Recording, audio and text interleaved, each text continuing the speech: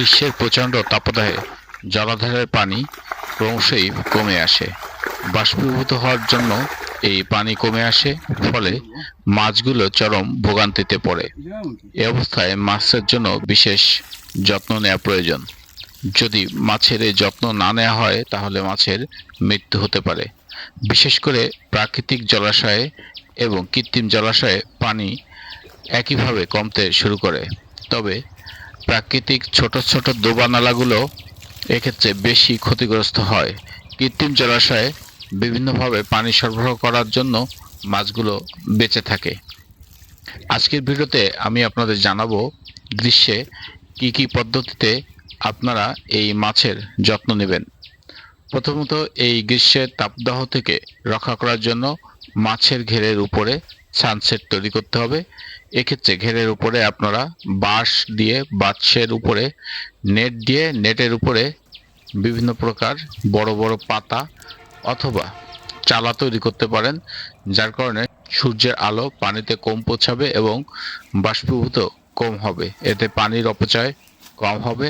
অন্যদিকে ছায়া তৈরি হওয়ার জন্য মাছগুলো অনেক ভালো থাকবে। অন্যদিকে যে সমস্ত ঘেরে পানি দেওয়ার সুযোগ আছে সেক্ষেত্রে সেখানে পানি দিতে হবে। মনে রাখতে হবে, পানি দেওয়া সবথেকে প্রাকৃতিক জলাশয় থেকে যদি সংগ্রহ করে পানি দেওয়া যায় তাহলে মাছের বৃদ্ধি অক্ষুণ্ণ থাকবে। আর যদি প্রাকৃতিক জলাশয় থেকে পানি সংগ্রহ করা না যায় সেক্ষেত্রে আপনাকে ভূগর্ভস্থ পানির ব্যবস্থা করতে হবে।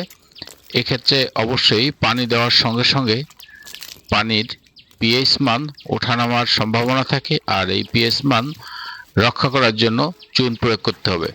মনে রাখতে হবে, যখন আপনি চাষকৃত অবস্থায় চুন প্রয়োগ করবেন তখন প্রতি শতাংশে 250 গ্রাম হিসাবে পাথুরে চুন ব্যবহার করবেন। এর বেশি চুন যদি আপনি ব্যবহার করতে যান তাহলে পিএইচ তারতম্যের কারণে মাছের মৃত্যু হতে পারে। আর যে সমস্ত জায়গা এখন পর্যন্ত মাছ ছাড়া হয়নি সেখানে শতাংশ প্রতি 1 কেজি হারে চুন প্রয়োগ করতে হবে।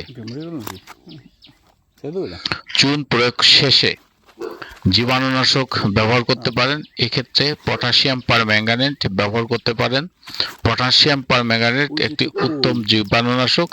এই জীবাণুনাশক প্রতি শতকে 5 গ্রাম হারে আপনি ব্যবহার করতে পারেন, তাহলে মাছের বৃদ্ধি ভালো থাকবে এবং বিভিন্ন প্রকার জীবাণু থেকে মাছ রক্ষা পাবে। তাছাড়া এই গ্রীষ্মে আরেকটি সমস্যা দেখা যায়, সেটা মাছের গায়ে উকুন। এই উকুন থেকে মাছকে রক্ষা করার জন্য বাজারে বিভিন্ন প্রকার উকুননাশক ঔষধ পাওয়া যায়। তার ভিতরে একটি অন্যতম আইভারমেকটিন গ্রুপের ওষুধ। এই আইভারমেকটিন গ্রুপের ঔষধ প্রয়োগ করলে মাছের উকুন থেকে মাছকে রক্ষা করা যাবে। বন্ধুরা, মৃত্তিকা জীবন ও প্রকৃতি নির্মিত এই ডকুমেন্টারিটি আপনাদের কেমন লেগেছে তা অবশ্যই আমাদের কমেন্ট করে জানাবেন এবং আমাদের চ্যানেলটি সাবস্ক্রাইব করে পাশে থাকা বেল আইকনটি টিপে দেবেন। সবাইকে ধন্যবাদ।